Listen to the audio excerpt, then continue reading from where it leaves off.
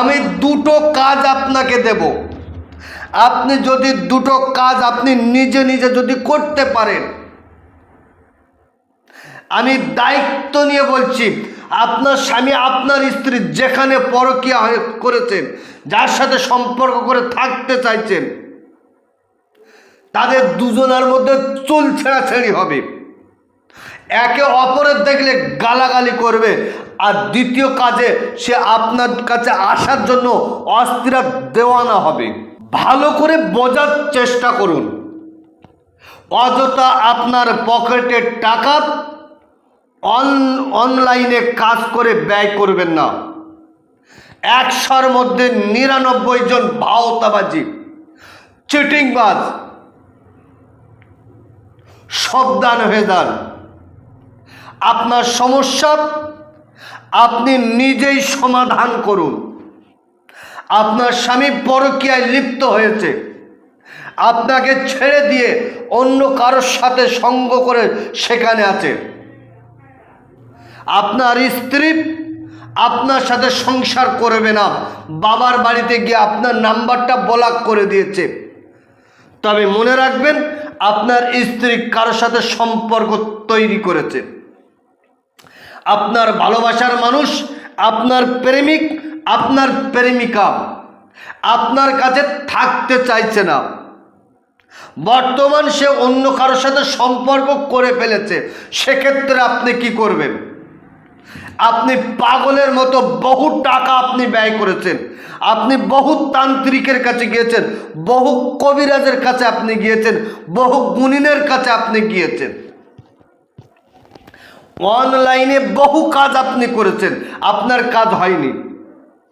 আমি আপনাকে বলছি, পৃথিবীর কোনো তান্ত্রিক, পৃথিবীর কোনো কবিরাজ, পৃথিবীর কোনো গুণিনের কাছে আপনার যেতে হবে না। তাম পৃথিবীর সমস্ত কাজ যেখানে শেষ হয়, সেখান থেকে আমার আল্লাহ পাকের কালামের কাজ সেখান থেকে শুরু হয়। আমি দুটো কাজ আপনাকে দেব। আপনি যদি দুটো কাজ আপনি নিজে নিজে যদি করতে পারেন, আমি দায়িত্ব নিয়ে বলছি, আপনার স্বামী আপনার স্ত্রী যেখানে পরকীয়া করেছেন, যার সাথে সম্পর্ক করে থাকতে চাইছেন, তাদের দুজনের মধ্যে চুল ছেঁড়াছেঁড়ি হবে, একে অপরের দেখলে গালাগালি করবে, আর দ্বিতীয় কাজে সে আপনার কাছে আসার জন্য অস্থিরা দেওয়ানা হবে। কাজের সিস্টেম আগে বুঝতে হবে, কাজের নিয়ম কানুন আগে বুঝতে হবে। কোন সিস্টেমে কাজ করলে কাজ হবে, কোনভাবে কাজ করলে কাজটা সঠিক হবে। দীর্ঘদিনের অভিজ্ঞতার কথা বলছি, তবে বলাটাও ঠিক নয়। ফেসবুকে অ্যাড দেন, এমন মানুষ কয়েকজন আমার কাছে যে কাজ করে নিয়ে যায়। তাদের আমি জিজ্ঞাসা করলাম, তারা কাজের সিস্টেমে কিছু বোঝে না। আপনার কাছ থেকে টাকা নিচ্ছে, তাতে কিছু রেখে আমার কাছ থেকে সে কাজ করে নিয়ে যাচ্ছে। এমন ভাওতাবাজিদের পাল্লায় পড়বেন না, আপনার পকেটের টাকা ক্ষয় হবে, আপনার পকেটের টাকা ব্যয় হবে।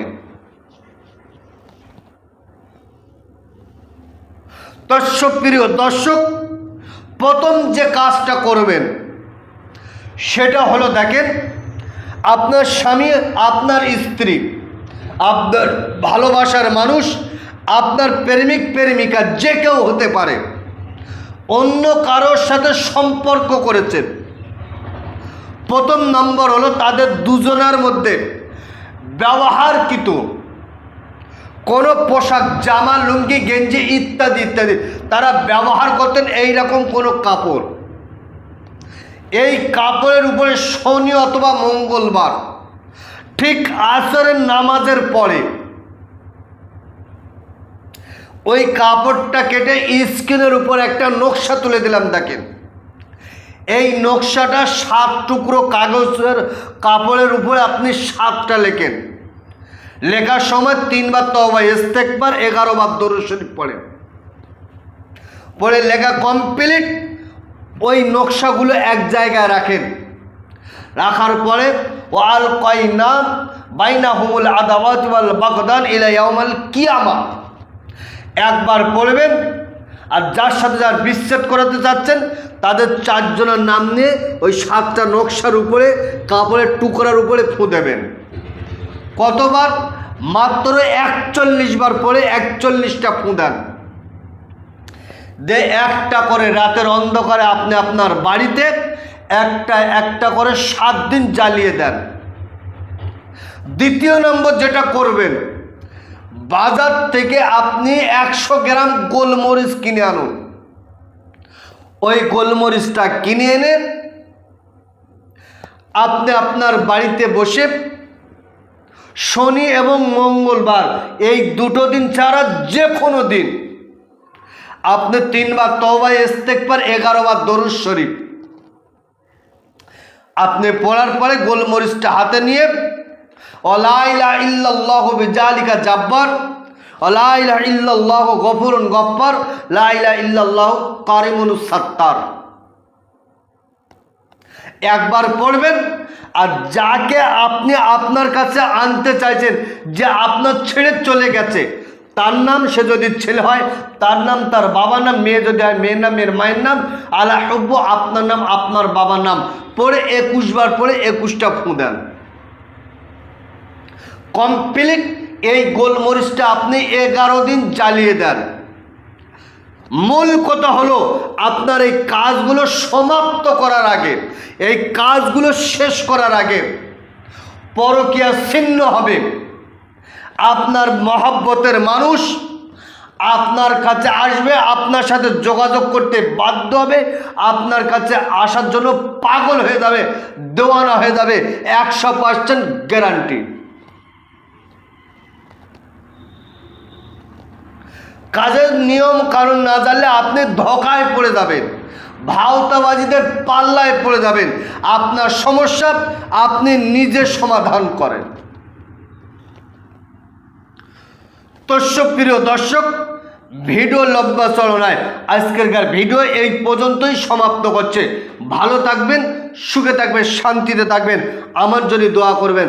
আসসালামু আলাইকুম ওয়া রাহমাতুল্লাহ।